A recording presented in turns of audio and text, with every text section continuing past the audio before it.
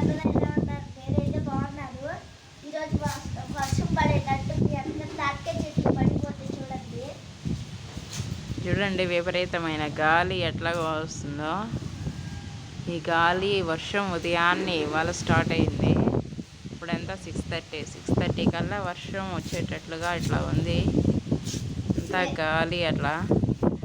మేమైతే తాటికాయ చెట్లు పడిపోయి తెచ్చుకొని ఒలుచుకుంటున్నాం చీకటి పొలాలకి.